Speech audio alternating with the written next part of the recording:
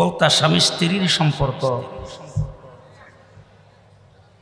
এখন আমরা দেখতে পেয়েছি যখন বলছো স্বামী স্ত্রীর সম্পর্ক, তখনই আমরা বুঝে ফেলছি যখন বিনা শর্তে আমাদের দেশের উপর দিয়া ট্রানজিট দিয়েছ, তাদেরকে গাড়ি চালাইবার সুবিধা দিয়েছ, তখনই বলছি যে প্রেম লাগাইছ।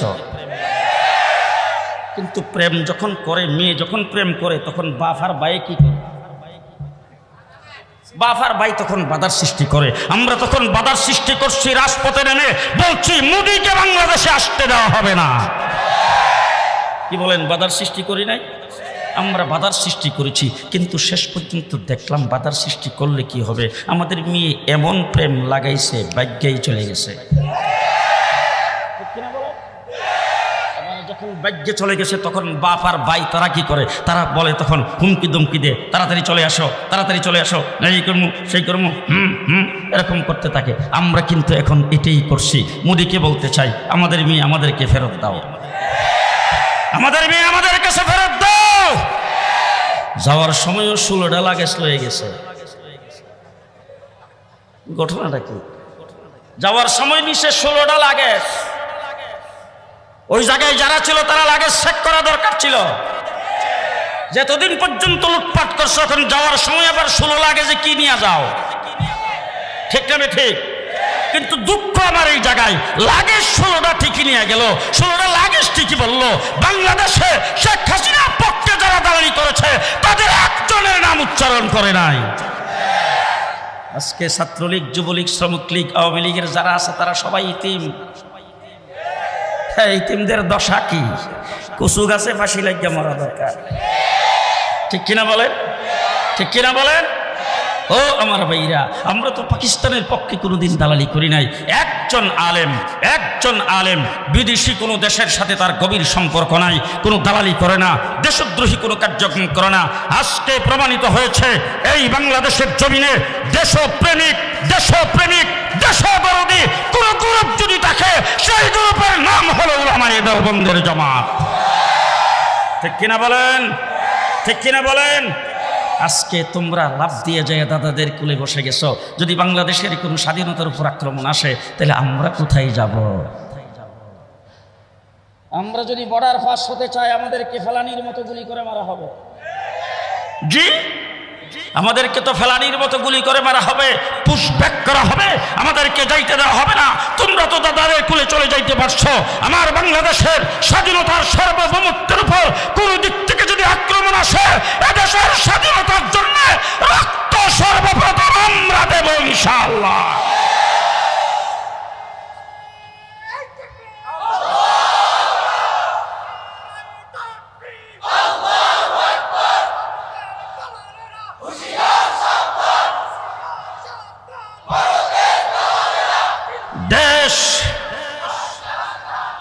এই দেশের কোন আলেম ওলামায়ে কেরাম বিদেশের কোন দালালি করে না।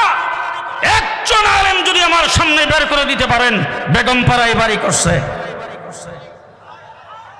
শরীফুল্লাহ সাহেব করছে, জি আছে এরকম কেউ?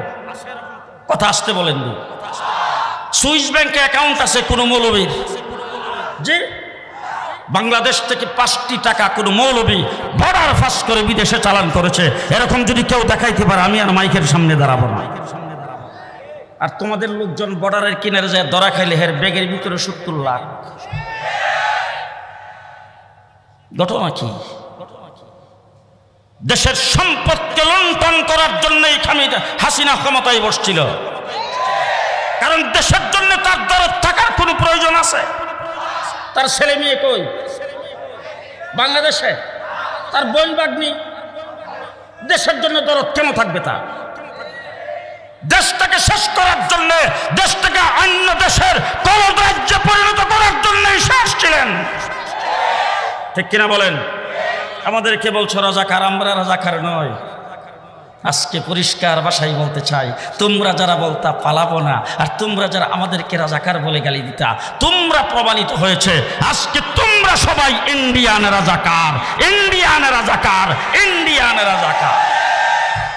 ইন্ডিয়ান রাজাকারদের জন্য বাংলাদেশ হুমকির সম্মুখীন। ইন্ডিয়ান রাজাকারদের কারণে বাংলাদেশ আজকে নিরাপদ নয়। পরিষ্কার ভাষায় বলছি, সচিবালয়ে আগুন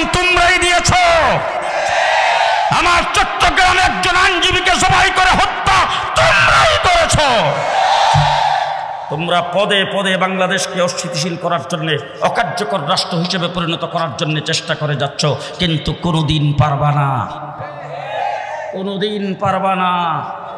এই দেশ আমার, এই মাটি আমার, এই দেশ আমার, এই মাটি আমার।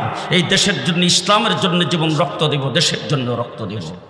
কারণ আমাদের বিশ্বাস, ইসলাম দেশ থাকলে ইসলাম থাকবে, ইসলাম থাকলে দেশ থাকবে। ঠিক না ঠিক?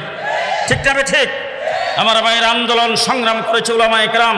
সেই সংগ্রামের ফলশ্রুতিতে 1947 সনে যখন দেশ স্বাধীন হলো, একটার নাম হলো হিন্দুস্তান, আরেকটার নাম হলো পাকিস্তান। দুই ভাগ। কয় ভাগ? একটা হিন্দুস্তান আর একটা। এখন জানা থাকলে বলেন তো, আমরা ছিলাম কোন ভাগে?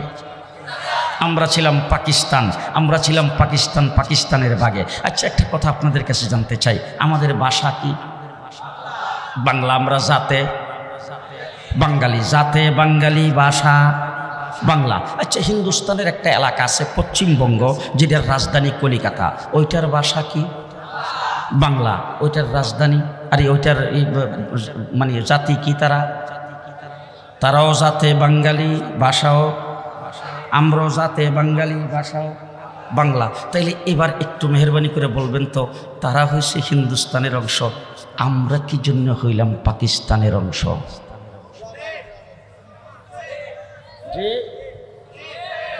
দেশটা মুসলমানের দেশ, মুসলিম অধ্যুষিত মেজরিটি মুসলমান হিসাবে আমরা হয়েছিলাম পাকিস্তান। ঠিক কিনা বলেন? এবার পশ্চিম পাকিস্তানিরা যখন আমাদের উপর বৈষম্যের আচরণ করেছে, আমাদের শিক্ষার ক্ষেত্রে, চাকরির ক্ষেত্রে বৈষম্যের শিকার করেছে, তারা যখন আমাদের দেশের সম্পদকে লুণ্ঠন করেছে, তারা যখন আমাদের সঙ্গে আচরণ ভালো করে নাই, তখন আমরা এই দেশ থেকে তাদের বিরুদ্ধে বিভিন্ন আন্দোলন সংগ্রাম, বিভিন্ন দফা আমরা দিয়েছি, বিভিন্নভাবে তাদের বিরুদ্ধে সংগ্রাম করেছি। আমরা ভাষা আন্দোলন করেছি, আমাদের বাংলা ভাষাকে টিকাইবার জন্যে তারা আমাদেরকে যে বৈষম্য করেছেন, সেই বৈষম্যের বিরুদ্ধে তারা আমাদের উপরকে জুলুম নির্যাতন করছে, সেই জুলুম নির্যাতনের বিরুদ্ধে আমরা আন্দোলনের সংগ্রাম করেছি। সেই সংগ্রামে উলামায়ে কেরাম ছিলেন, কেমন ভাবে ছিলেন আজকে প্রমাণ সহ পেশ করতে চাই।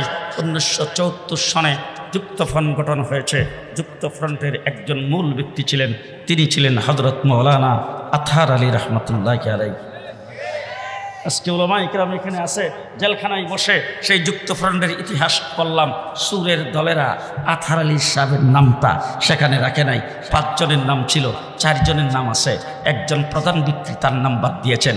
একজন মাওলানা আতহার আলী রহমতুল্লাহি আলাইহি, 2 নম্বর হুসেন শহীদ সরওয়ার্দী, 3 নম্বর শেরে বাংলা একে ফজলুল হক, 4 নম্বর মাওলানা ভাসানী, 5 নম্বরে ছিল শেখ মুজিবুর রহমান। এই 4টা নাম আছে, 1 নম্বর মাওলানা ভাসানীর নাম নাই। সুরের দল মাওলানা ভাসানীকে সেখান থেকে মাইনাস করে দিয়েছেন। আলেম উলামায়ে কেরামের অবদানকে বিলীন করে দিতে চেষ্টা করেছেন। আমার ভাইরা, যুক্তফ্রন্ট গঠন হয়েছে। তারপরে আসলো 1970-এর নির্বাচন। শেখ মুজিবুর রহমান সাহেব নির্বাচনে দাঁড়াইলেন তার আওয়ামী লীগ নিয়ে। তার বাবা কিন্তু আওয়ামী মুসলিম লীগ, আর দাদা হইল মুসলিম লীগ। ঘুমাইছেন? মুসলিম লীগ থেকে জন্ম হয়েছে আওয়ামী মুসলিম লীগ, আওয়ামী মুসলিম লীগ থেকে জন্ম হয়েছে আওয়ামী লীগ। তাইলে মুসলিম লীগের নাতি, মুসলিম লীগ হলো তার। এই আপনারা কথা বলেন যে কথা নাকি? মুসলিম লীগ হইল শেখ মুজিবের দাদা, আর শেখ মুজিবের আওয়ামী লীগ হইল মুসলিম লীগের নাতি। মুসলিম লীগ যেমন পশ্চিম পাকিস্তান থেকে পূর্ব পাকিস্তানে শোষণ লুণ্ঠন করেছেন, ঠিক তেমনি করে আওয়ামী লীগ হয়ে যতবার আওয়ামী লীগ ক্ষমতায় গেছে বাংলাদেশের জনগণকে লুণ্ঠন করেছেন। একই ধারাবাহিকতায়। ঠিক না ঠিক? 70 সালে শেখ মুজিবুর রহমান সাহেব নির্বাচনে ইশতেহারে পরিষ্কার ঘোষণা করে দিলেন, যদি নির্বাচনে সংখ্যাগরিষ্ঠতা অর্জন করি, সরকার গঠন করি, ইসলামের বিরুদ্ধে কিছুই করা হবে না। তখন তিনি যখন বলছেন ইসলামের পক্ষে কাজ করবেন, ইসলামের বিরুদ্ধে কিছুই করা হবে না, তখন বাংলাদেশের মানুষ ধর্মপ্রাণ, ইসলাম প্রেমিক, কথা কয় না? যেই কথাটা যখন শুনছেন, শোনা মাত্র শিল মারো ভাই, শিল মারো, বাস সবাই নৌকা মারে খেয়ে শিল মারে। শেখ মুজিবুর রহমান এবং তার দল নিরঙ্কুশ সংখ্যাগরিষ্ঠতা পেয়েছেন। তারপরে পশ্চিম পাকিস্তানিরা তার কাছে ক্ষমতা হস্তান্তর করতে অনীহা প্রকাশ করেছেন, ক্ষমতা হস্তান্তর করে নাই। 7.5 কোটি বাঙালি ঐক্যবদ্ধ হয়ে পশ্চিম পাকিস্তানের এদের বিরুদ্ধে 9 মাস যুদ্ধ করে বাংলাদেশ স্বাধীন করেছি। ঠিক কিনা? ঠিক কিনা? জোরে কম, আরো জোরে কম। তাহলে এবার আমি আপনাদের জিজ্ঞেস করতে চাই, কাশ্মীরের নাম জীবনে শুনেন নাই তো? শুনছেন? কাশ্মীর স্বাধীনতা যুদ্ধ করতেছে কয় বছর? 70 বছর। কয় বছর? ওই চিনি স্বাধীন। জি, আমার পার্শ্ববর্তী এলাকা আসাম, আসামের লোকেরা স্বাধীনতা যুদ্ধ করতেছে 40 বছর। আমার বাংলাদেশের উপর দিয়ে 10 ট্রাক অস্ত্র, যার কারণে দেশের কত নেতা, কত মন্ত্রী, কত অফিসার জেল খাটলো। তারা স্বাধীনতা যুদ্ধ করতেছে 40 বছর। হয়েছিনি স্বাধীন? জি। তাহলে 70 বছর যাবৎ স্বাধীনতা আন্দোলন করে স্বাধীনতা অর্জন করতে পারে নাই, 40 বছর যাবৎ স্বাধীনতা আন্দোলন করে স্বাধীনতা অর্জন করতে পারে নাই, আর আমরা 9 মাসে স্বাধীন হয়েছি। আজকে যারা মুক্তিযুদ্ধের চেতনার কথা বলো, মুক্তিযুদ্ধের পক্ষ শক্তির কথা বলো, তাদের চোখে আঙ্গুল দিয়ে বলতে চাই, আমরা যদি মুসলমান হিসাবে 47-এ পূর্ব পাকিস্তান না হতাম, আমরা 70 বছরে স্বাধীনতা অর্জন করতে পারতাম না। এবার যদি বুঝে থাকেন আপনারা বলেন তো স্বাধীনতার মূলে কি? এই জন্যই বললাম যে কাওয়া কাদারের লোক আছে। স্বাধীনতার মূলে কি? আরো আসতে, আরো আসতে। স্বাধীনতার মূলে, স্বাধীনতার মূলে ইসলাম। আমরা স্বাধীনতার মূলে হলো ইসলাম। 9 মাস যুদ্ধ করে দেশ স্বাধীন করেছি মুসলমান হিসাবে। এবার আরেকটি কথা আপনাদের কাছ থেকে আমি জানতে চাই, আমাদের দেশের শেখ মুজিবুর রহমান সাহেব 7ই মার্চে আমার এই সরোবর্তী উদ্যানে রেডস কোর্স ময়দানে তিনি যে বক্তব্য দিয়েছিলেন, ওনার বক্তব্যটা আজকে যাইয়া ইউটিউব থেকে বের করবেন, বই পুস্তক থেকে বের করবেন, প্রত্যেকটা অক্ষরকে ভালো করে টাইনা সিরা তারপরে দেখবেন কোনো একটা অক্ষরের ভিতরে এই কথাটা লুকানো আছে কিনা।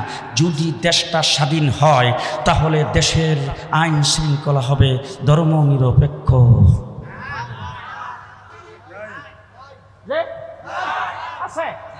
বাদ দিলাম শহীদ প্রেসিডেন্ট জিয়াউর রহমান স্বাধীনতার সংগ্রামের ঘোষণা দিয়েছেন, স্বাধীনতার ঘোষণা দিয়েছেন জিয়াউর রহমান কালুঘাট বেতার কেন্দ্র থেকে।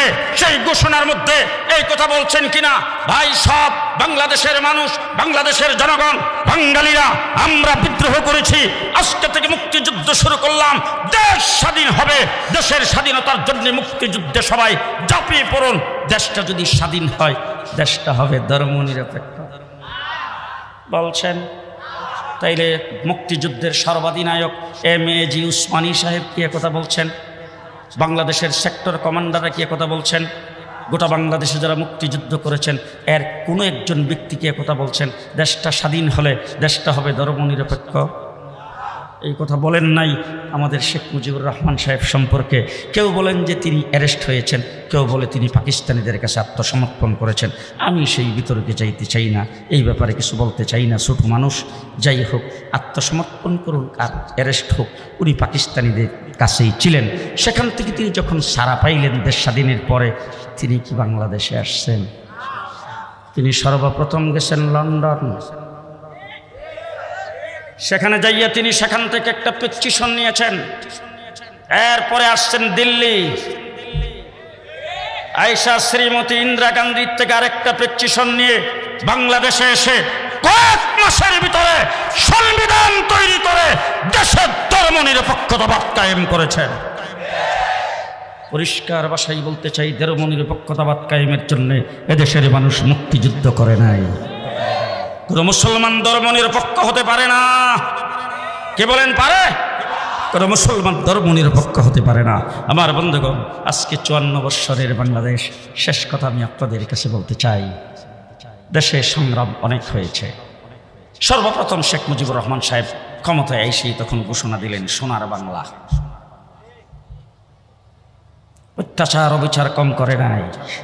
আজকে ইনু আর মেনন সাহেবেরা হাসিনার আঁচলের নিচে গেছ। তোমাদের 30,000কে একদিনে হত্যা করেছিল শেখ মুজিব।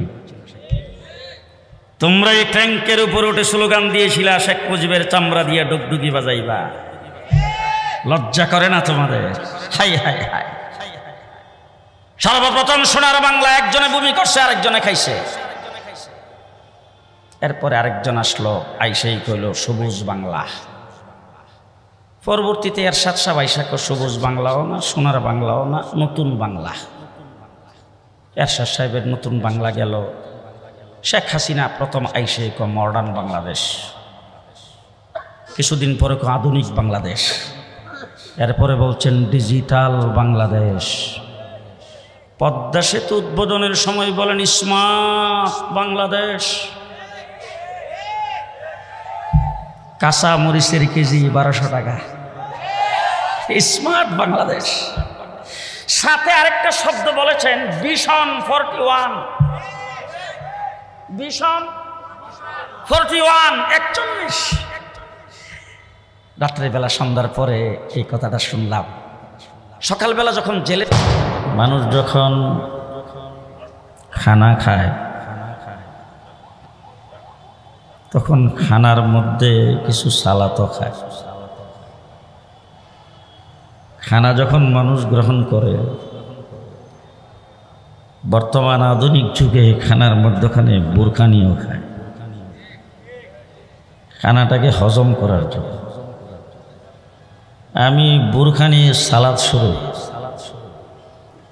আপনাদের সামনে একটু লবণ ছিটা দেওয়ার জন্য এসেছি। সংক্ষিপ্ত সময়ের ভিতরে 2-4টা কথা বলবো, ওয়াজ না। আমাদের এই দেশে বর্তমানে ওয়াজের সিজন চলছে। গোটা বাংলাদেশের টেকনাফ থেকে তেঁতুলিয়া পর্যন্ত এক মাহফিলে ওয়াজ করলে আরেক মাহফিলের মাইকের আওয়াজ শোনা যায়। গ্রামে গঞ্জে বাজারে বন্দরে, শুধু মসজিদ ভিত্তিক মাদ্রাসা ভিত্তিক না, ক্লাব সমিতি, বণিক সমিতি, যুব সমাজ, প্রত্যেকটি সেক্টরে ইসলামী সম্মেলন, ওয়াজ মাহফিল হয়। এই অবস্থাটা দেখে আপনাদের মনে হয় দেশটা হিন্দুদের? হ্যাঁ, দেশটা কার? যে আপনাদের থেকে খুব বেশি দূরে না, পাশেই মতিঝিল, বাংলাদেশের সবচাইতে বড় অফিস পাড়া। দেশের যত প্রকার ব্যাংক, বিমা, যত ধরনের অফিস, সবগুলোর হেডকোয়ার্টার মতিঝিলে। আপনি প্রত্যেকটা অফিসের মধ্যে যাওয়ার পরে সেখানে কোন অফিসে পূজা মণ্ডপ আছে? হিন্দুদের মন্দির আছে তো, খ্রিস্টানদের চার্চ, মুসলমানদের নামাজ আদায় করার জন্য মসজিদ, হ্যাঁ আছে।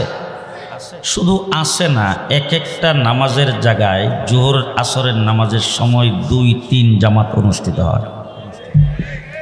এর দ্বারা বোঝা যায় দেশটা বুদ্ধদের। কার দেশ? এই কথা ঠিকঠাক মতো কইবেন। কেউ যদি চুপ করে বসে থাকে, কথা না কয়, হে কাওয়া কাদেরের দলের লোক। আপনি যদি এখান থেকে চট্টগ্রামে যান, রাস্তার পাশে যতগুলি সিএনজি এবং পেট্রোল পাম্প, সবগুলোতে নামাজ আদায়ের জায়গা। হিন্দুদের মন্দির আছে তো, পূজা মণ্ডপ। কি বোঝা যাচ্ছে দেশটা কার? যে দেশটা মুসলমানের দেশ, ঠিক না ঠিক? আপনি দেখবেন যেই ঘরের মধ্যে মাল আছে, এই ঘরের দিকে সুরের নজর আছে। মাল যেখানে নাই সেখানে সুর। হ্যাঁ, মাল যেখানে থাকে সেখানে কিন্তু ভালো তালা লাগাইতে হয়, ভালো গেট লাগাইতে হয়, ভালো দরজা লাগাইতে হয়। সেই জায়গার ভিতরে চোর ডাকাইতের নজর থাকে। যেখানে মাল নাই সেখানে চোর ডাকাইতের নজর থাকে না। এখন আপনারা বলেন তো, যেখানে মাল আছে সেখানে চোরের নজর আছে, এখন চোরের সাহস বেশি না বাড়িওয়ালার সাহস বেশি? হ্যাঁ, চোর আসছে 10 জন রাতের অন্ধকারে, রাত্র 1-2টার সময়। বাড়িওয়ালা যে আমার মতো মেরাইটা, বেগম যে আছে একজন, চোর আইসি করে শুনলে হাত ফিল করবে। ছোট ছোট 2-3টা বাচ্চা কাচ্চা নিয়ে রাত্রে ঘুমাইছে, ওর আবার ডায়াবেটিসও নাই। এমন ঘুমাইছে রাত্রে 2টা-2টার সময় ঘুমটা খুব চাপছে। চোরাইশের দরজায় দাঁড়াইছে 10 জন, তাদের হাতে অস্ত্র আছে, দরজা ভাঙ্গার সব কিছু আসবাবপত্র আছে, সব কিছু নিয়ে দাঁড়াইছে। আমার মতো মেরাজ টানা খুব শক্তিশালী, এরা যখন দরজায় দাঁড়ায় পায়তারা করতেছে ভিতরে কেমনি ঢুকবে, দরজা ভাঙবে না নিচ দিয়ে শিং করবে, এমন সময় ওই বাড়িওয়ালা যে মেরাজটা ঘরের মধ্যে শোয়া, ওই বেচারা ডাইন করোড় থেকে বাম করোড়ে যাইতেছে, আর গলার মধ্যে একটু শ্বাসটা আটকাইছে, আর ঘুমে থেকে এই ঘুম ভাঙে না।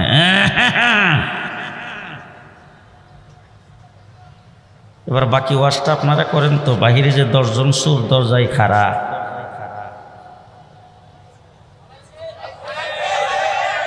হ্যাঁ থাকবে না ভাগবে? কারণ বাড়িওয়ালার শক্তি। একটা আরেকটা রেখো, বাড়িওয়ালা সজাগ হয়ে গেছে, তাড়াতাড়ি আয়। ঠিক না বেঠিক? সুতরাং আমাদের দেশটা মুসলমানের দেশ, আমরা হলাম বাড়িওয়ালা। সেন আরব হামারা, হিন্দুস্তান ভি হামারা, মুসলিম হে হাম, वतन है सारा जहां हमारा। আমরা মুসলমান, দেশটা মুসলমানের দেশ। যাদের সূর্যাস্ত যেত না, গোটা পৃথিবীতে এক সময় যাদের রাজত্ব ছিল, সেই ব্রিটিশ আমাদের দেশকে শোষণ করেছে 250 বছর। পৃথিবীর মানচিত্রে আরেকটা দেশ স্পেন।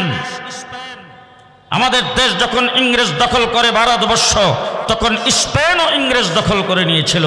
কিন্তু ইতিহাস সাক্ষ্য দিয়েছে, স্পেন ইংরেজ দখল করার পরে স্পেন থেকে মুসলমানকে বিদায় করেছে, ইসলামকে বিদায় করেছে, কোরআনকে বিদায় করেছে, মসজিদকে বিদায় করেছে। স্পেনের জমিনে কোনো মসজিদ ছিল না, কোনো মাদ্রাসা ছিল না, একটা মুসলমানও ছিল না, একটা ইসলামের নামগন্ধ ছিল না, এক কপি কোরআন শরীফও ছিল না। মুসলমানদের বিশাল বড় বড় লাইব্রেরি ছিল, মুসলমানদের বিশাল বড় বড় কুতুবখানা ছিল। সেইগুলিকে ধ্বংস করার জন্য আলাদা মন্ত্রণালয় কায়েম করে 55 বছরে মুসলমানদের একটা কাগজের টুকরাও রাখা হয় নাই। সবগুলোকে সেখান থেকে বিদায় করে দিয়েছেন। একই ক্ষমতাসীন, একই রাজত্বের মালিক, একই হুকুমতের মালিক, একই ইংরেজ আমাদের দেশ দখল করে 250 বছর চেষ্টা করে, একদিনের জন্য দেশ থেকে ইসলামকে বিদায় করতে পারে না। একদিনের জন্য ইসলামকে বিদায় করতে পারে নাই। তাহলে স্পেন থেকে পারলো, আমাদের দেশ থেকে কেন পারলো না? কি জন্যে পারলো না? এটা বোধ দাদাদের কারণে পারে নাই, লিডারদের কারণে, শেখ হাসিনার বাবার কারণে। জি, কি জন্যে পারে নাই? আমার দেশ 56,000 বর্গ মাইলের দেশ বাংলাদেশ, ভারত উপমহাদেশ। যত বড় দেশ তত বড় রাজনৈতিক দল, অনেক রাজনৈতিক দল ছিল, দলের লিডার ছিল, সভাপতি ছিল, সেক্রেটারি ছিল, সবগুলো ইংরেজের চাটুকারিতার ভূমিকা পালন করেছে।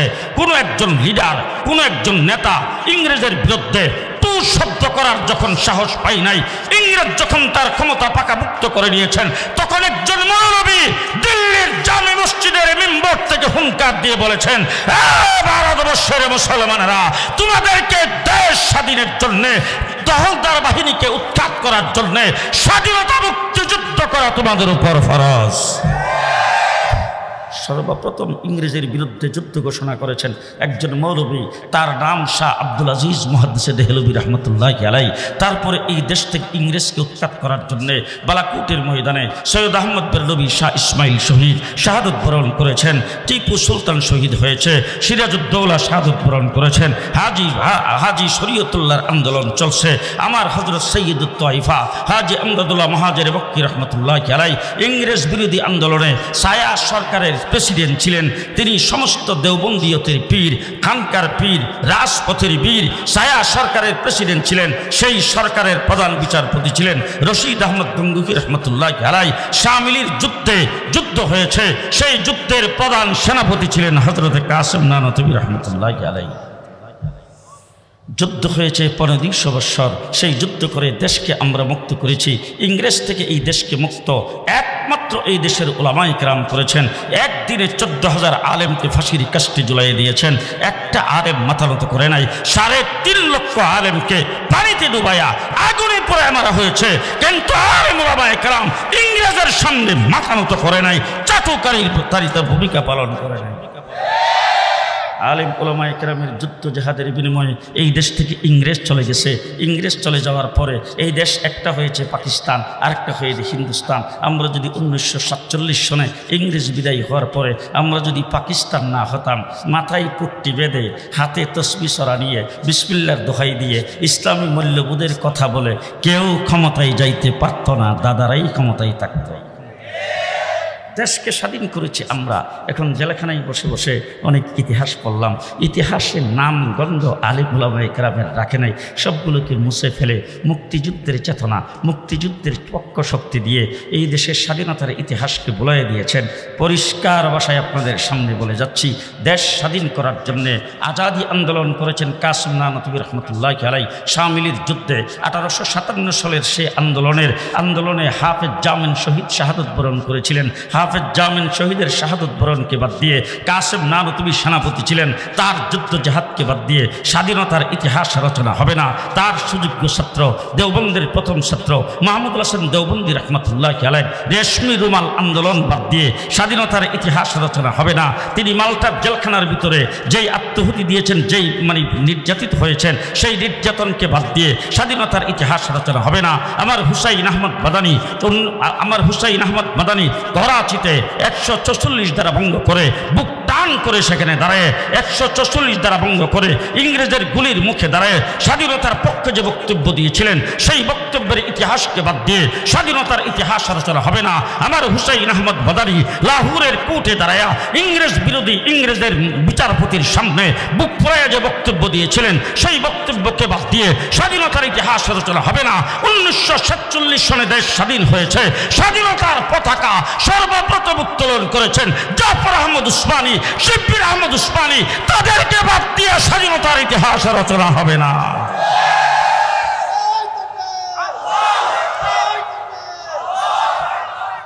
আজকে আলেম ওলামায়ে কেরামকে দেখলেই তোমরা মনে করো স্বাধীনতা বিরোধী আর রাজাকার। 1.5 মাস রিমান্ডে ছিলাম, 1.5 মাস। ডিবি অফিসের যতগুলি টিম আমাকে জিজ্ঞাসাবাদ করেছে, জিজ্ঞাসাবাদের জন্য তাদের সামনে গেলেই রাত্র দিন 24 ঘন্টা সামনে গেলেই বলতো, তুই রাজাকার, তুই পাকিস্তানি রাজাকার, তোর হাফিজ হুজুর ছিল পাকিস্তানি রাজাকার, তোর শামসুল হক ফরিদপুরি পাকিস্তানি রাজাকার, তোর মুফতি আমিনী পাকিস্তানি রাজাকার, তোর শাইখুল হাদিস পাকিস্তানি রাজাকার। এইভাবে এক একজন আলেম ওলামায়ে কেরাম আমাদের আকাবিরকে দেখে রাজাকার বলে যারা গালি দিয়েছ, আজকে জিজ্ঞেস করতে চাই, তোমরা বক্তৃতাই বলতা পালাবো না, এখন গেলা কোথায়?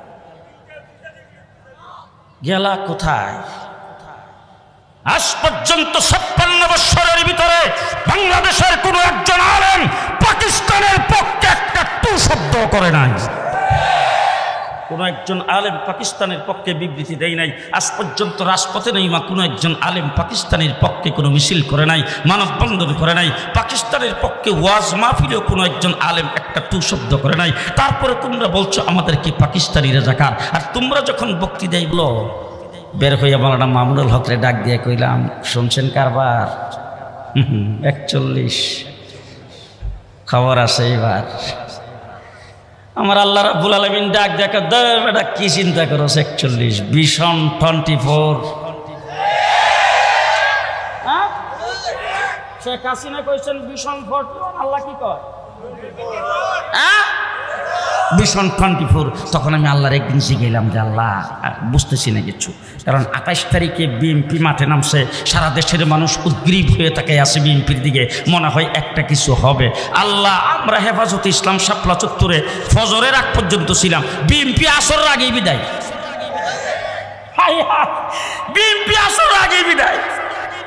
তখন তো বড় চিন্তাই পড়লাম অবস্থাটা কি হবে। আল্লাহ রাব্বুল আলামিন ডাক দিয়া এই যে কোরআন শরীফের সূরা ফিল পড়ছ, আলাম তারা কাইফা ফাআলা রাব্বুকা বিআসহাবিল ফিল আলাম ইয়াজআল কাইদাহুম ফি তাদলিল। হাই হাই হাই, আব্রাহা বাদশাহ বাইতুল্লাহ শরীফ ধ্বংস করে দিবে। আমার আল্লাহ পাক ডাক দিয়া কয়, وأرسل عليهم طيرا أبابيل। 150 লাখ ওজন এক একটা বাহিনীর, এক একটা সৈনিকের ওজন কত? 150 লাখ। প্রত্যেকের সাথে 3টা করে গ্রেনেড। এক একটা গ্যানেটের ওজন কলুর দানার সমান। উপর দিক দিয়ে সব পজিশন রেডি। আপনার আবার সে উপরের দিকে ছায়ার দিকে ও এই এলাকার লোকজন আসলে হাতি দেখে নাই, তো এই এলাকার পাখিরাও হাতি দেখে নাই, এই জন্য দেখতে আইসে রে। সব হাতিগুলিকে সব রেডি করিয়া পজিশন ঠিক করিয়া রেপ রাইট রেডি গো। যেই খালি রেপ রাইট রেডি গো কইছে, আমার আল্লাহ পাক ডাক দিয়ে বলেন তারমিহিম বিহিজারাতিম মিন সিজ্জিল, বম্বিং শুরু কর। বাস উপর থেকে 150 টাকার বাহিনী কলের দানার সমান এক একটা জ্ঞানের উপর থেকে যখন বম্বিং শুরু করে দিয়েছেন, কোরআনে কারিমে আল্লাহ পাক ঘোষণা করেছেন ফাজা আলাহুম কাসফিম মাকুল। তাফসীরে জালালাইনের ভিতরে লিখছেন একটা ঘোড়ার সামনে যদি কতগুলি এক পাতা একসাথে করে দেওয়া হয়, আম পাতা, জাম পাতা, কাঁঠাল পাতা, সবগুলি পাতা একসাথে মুখের ভিতরে দিয়া ভালো করে চাবাইয়া গিলার মুহূর্তে যদি ফিরা বমি করে দেয়, আর এটার ভিতর থেকে কোনটা আম পাতা কোনটা জাম পাতা সেটা জীবন বিশ্রেয় বের করা যাবে না। ঠিক বম্বিংয়ের পরে যায় দেখা গেছে কোনটা হাতির গোশত কোনটা মানুষের গোশত, কোনটা হাতির হাড় কোনটা মানুষের হাড় চেনা যায় না। আমার বাংলাদেশে আল্লাহ পাক ডাক দিয়ে বলেন বিএনপি 28 তারিখে মার খাইছ ঘরে যা। হেফাজত ইসলামকে বলছেন তোরা মূর্তির বিরুদ্ধে আন্দোলনে নামছিলে, জেল জুলুমের মধ্যে তোরা নিষ্পেষিত হয়েছ, তোরাও চুপ থাক। জামাত ইসলামীর ডাক দিয়ে তোদের অনেকটা ফাঁসি টাসি দিয়ে দিছে, তোরাও চুপ থাক। আমি আল্লাহ বাবিল নামাইতাছি। কেমনে নামছে, কেমনে নামছে? বুক টান করে দাঁড়াইছেন আবু সাইদ। তার কবর জিয়ারত করতে গিয়েছিলাম, সেখানে তার সাথী এসে আমাকে জড়াইয়ে ধরছে, তার মোবাইল দেখাইতেছে, দেখলাম আবু সাইদের ছবি, তার পাশে একজন খাড়া। আমি বললাম পাশেরটাকে, সে আমারে বললো যদি আমার চেহারা দেখেন। তার চেহারার দিকে তাকাই দেখি সেই ছেলেটাই পাশের ছেলে। তাকে জিজ্ঞেস করলাম বাবা বলো তো দেখি আবু সাইদ কিভাবে জীবন দিয়েছে? তখন বলছেন হুজুর গুলি খায় যখন আবু সাইদ নিচে পড়ে গেছে, যখন কাতরাইতে ছিল তখন জোরে জোরে আওয়াজ করে বলতেছিল আল্লাহু আকবার, আল্লাহু আকবার, আল্লাহু আকবার। আল্লাহু আকবার বলে আমার ছাত্ররা জীবন দিয়েছে। শুধু তাই না, রাজপথে যখন তারা আন্দোলনের সংগ্রাম করে, যখন তারা স্লোগানে ব্যস্ত, যখন তাদের সামনের থেকে গুলি আসতেছে, ঢাকা শহর, চট্টগ্রাম, রাজশাহীতে মসজিদ থেকে যখন আজান হয়েছে, আজানের সাথে সাথে তাদের একজন দাঁড়ায়া আল্লাহু আকবারের আজান দিয়ে মুখরিত করে দিয়েছেন। আজানের সাথে সাথে তাদের একজনকে ইমাম বানায়া হাজার হাজার রাজপথের 20 ডালাই পথের মধ্যে তারা আল্লাহর দরবারে দাঁড়াইছেন, সেখানে তারা সিজদা করে আল্লাহর সাহায্য কামনা করেছেন। মা তার সন্তানকে নিয়ে গেছে, নিয়ে বলছে আমি আসছি, আমার সন্তানকেও নিয়ে আসছি। বাবা তার ছেলেকে নিয়ে গেছে, নিয়ে বলছে আমি আসছি, আমার ছেলেকেও নিয়ে আসছি, দেশকে মুক্ত করার জন্য আমার ছেলেকে দিয়ে দিলাম। এইভাবে নামছে সেনাবাহিনীর প্রধান, নৌবাহিনীর প্রধান, বিমান বাহিনীর প্রধান, পুলিশের প্রধান। হাসিনার সামনে যাওয়ার পরে ধমক শুরু করে দিয়েছেন, হ্যাঁ তোমাদেরকে এরকম পদোন্নতি দিছি, তোমাদেরকে এরকম টাকা পয়সা দিছি, এরকম বাড়িঘর দিছি, এত ধরনের সুযোগ সুবিধা দিছি, এখন আমার কাছে কেমনে আসবে, তাদেরকে ফেরাও। পুলিশ প্রধান থেকে ম্যাডাম গুলি জিডার গায়ে লাগে হিডা নিচে পড়বে, আর পাশে জিডা সিডা পেছনে যাবে না, সামনে আসবে। কি বলেন যে হাই হাই হাই। এর ভিতরে সেনাবাহিনীর প্রধানের টাকা madam 25 minute 25 minute Shewrapara briquette ভাঙিয়ে ফেলছে, আইতাছে বলে ভাতটা পাকাইছিলাম খাইছে, বলে দৌড়ো ভাত পাকানো ভাতও জাগায়। বলে আচ্ছা নেতা কর্মীদের উদ্দেশ্যে, দেশবাসীর উদ্দেশ্যে কিছু বলে যায়, 25 মিনিট সময় নেই। সব কিছু ফালায়া থইয়া পতন হয়, অনেক জায়গায় পতন দেখেছি, পাকিস্তানের পতন দেখেছি, আমাদের বাংলাদেশেরও অতীতে পতন দেখেছি, শ্রীলঙ্কার পতন দেখেছি, মালয়েশিয়ার পতন দেখেছি, পৃথিবীর অনেক রাষ্ট্রের পতনের কথাবার্তা বই পুস্তকে পড়েছি। এমন পতন কোথাও কোনোদিন দেখি নাই। খালি প্রধানমন্ত্রী পদত্যাগ করে নাই, 340টা এমপির একটাও নাই, মন্ত্রী পরিষদের সদস্য একটাও নাই, তাদের পিএসরাও নাই, প্রশাসনে যারা দালালি করছিল তারাও নাই, মেম্বারও নাই, চেয়ারম্যানও নাই, উপজেলা চেয়ারম্যানও নাই, এমনকি কোনো মসজিদের ইমাম তাদেরকে সমর্থন করেছেন সেটাও নাই। ঠিক কিনা বলেন? এমন পতন দেখছেন কোনোদিন? এমন পতন দেখছেন কোনোদিন? এই আজকে পরিষ্কার ভাষায় বলে যাচ্ছি, যারা যেই সমস্ত আন্দোলন সংগ্রাম ছাত্ররা যখন নেমেছেন, তাদের উপর যখন গুলি চালানো শুরু করে দিয়েছেন, তখন আমার কওমি মাদ্রাসার ছাত্ররা একজনও ঘরে বসে থাকে নাই। তারাও রাজপথে নেমে এসে 84 জন জীবন দিয়েছেন, শাহাদত বরণ করেছেন। আজকেও হাসপাতালে আমাদের ছাত্ররা মৃত্যুর সাথে পাঞ্জা লড়তেছে। এইভাবে স্কুল কলেজ মাদ্রাসার ছাত্র মিলে যেই বিপ্লব হয়েছে, এই বিপ্লবের পরে বাংলাদেশ হবে ইসলামের বাংলাদেশ, ইসলামের বাংলাদেশ, ইসলামের বাংলাদেশ। প্রস্তুত? প্রস্তুত? প্রস্তুত আছেন? যদি প্রস্তুত থাকেন, আমার ছাত্র ভাইদেরকে অত্যন্ত স্নেহ এবং মায়ার স্বরে বলবো, তোমরা ঐক্যবদ্ধ থাকো। তোমাদের ঐক্যের মধ্যে যদি কোনো ফাটল ধরে, তাইলে সেই ভারত আবার হাসিনাকে ইন করাবে। 15 বছর হাসিনার শক্তিতে ক্ষমতায় থাকে নাই, ভারতের মোদি তাকে ক্ষমতায় রাখছেন। আমার শাপলা চত্বরে যখন 1,54,000 গুলি চালানো হয়েছে, আমার বাংলাদেশের পিলখানায় যখন আর্মি অফিসারদেরকে হত্যা করা হয়েছে, তখন মিস্টার মোদি সাহেব এবং ভারত কোথায় ছিলেন? একটা দুঃখ প্রকাশ করে বিবৃতি দিলেন না। আজকে 32 নাম্বার কি হয়েছে, এটার জন্য এত দুঃখ? ঘটনা কি? ভারত বাংলাদেশের জনগণের দরদি নয়, ভারত শেখ হাসিনার দরদি। সুতরাং মেয়ে প্রেম করছে, প্রেম করে চলে গেছে তোমাদের হাতে। বাস এখন কোনো মেয়ে যদি প্রেম করে চলে যায়, এরপরে যদি আসার কথা বললে না আসে, তখন বাবা কি করে? সাবধান মিস্টার মোদি সাহেব, মেয়েটা বাইকে গেছে, এরপরে যদি আবার যৌতুক চাও, অসম্ভব। কথা বলে না, অসম্ভব। ঠিক না ঠিক? আমার দেশ বাংলাদেশ, আমরা মুসলমানের দেশ। 313 জন বদরের যুদ্ধে নামছে, 1000-এর যুদ্ধ আসছে। তাদের হাতে কি অস্ত্র, তাদের কি শক্তি? 313 জনের জীবন ভাববার কোনো সময় নাই। তোমার দেশ বড়, তোমার জনগণ বেশি, তোমার অস্ত্র বেশি, তোমার শক্তি বেশি, সেইটা আমাদের ভাববার সময় নাই। ঠিক কিনা বলেন? ঠিক কিনা বলেন? আজকে বলবো, যেই ঐক্যবদ্ধ আন্দোলন করে সংগ্রাম করে এই দেশ থেকে পেশিবাদকে, এই দেশ থেকে জালেমকে, এই দেশ থেকে লুটেরাদেরকে আমরা উৎখাত করেছি, সেই ঐক্যবদ্ধ হয়ে বাংলাদেশে ইসলাম প্রতিষ্ঠা করতে চাই। শেখের মধ্যে কোনো প্রকার ফাটল ধরতে পারবে না। পরিষ্কার ভাষায় বলে যাচ্ছে, কোনো রাজনৈতিক দলের কারণে, তাদের কোনো প্রকার ইখতিলাফের কারণে, তাদের কোনো অনৈক্যের কারণে জাতীয়ভাবে যদি আমরা ক্ষতিগ্রস্ত হই, ওই সমস্ত রাজনৈতিক দল দায়ী থাকবে। ইনশাআল্লাহ ছাত্রদের ঐক্য অটুট থাকবে। আমরা ইনশাআল্লাহ সামনের দিকে এই দেশ অগ্রসর হব। দেশ হবে ইসলামের দেশ, কোরআনের দেশ, মুসলমানের দেশ। ও আখিরু দাওয়ানা আনিল হামদুলিল্লাহি রাব্বিল আলামিন। আসসালামু আলাইকুম।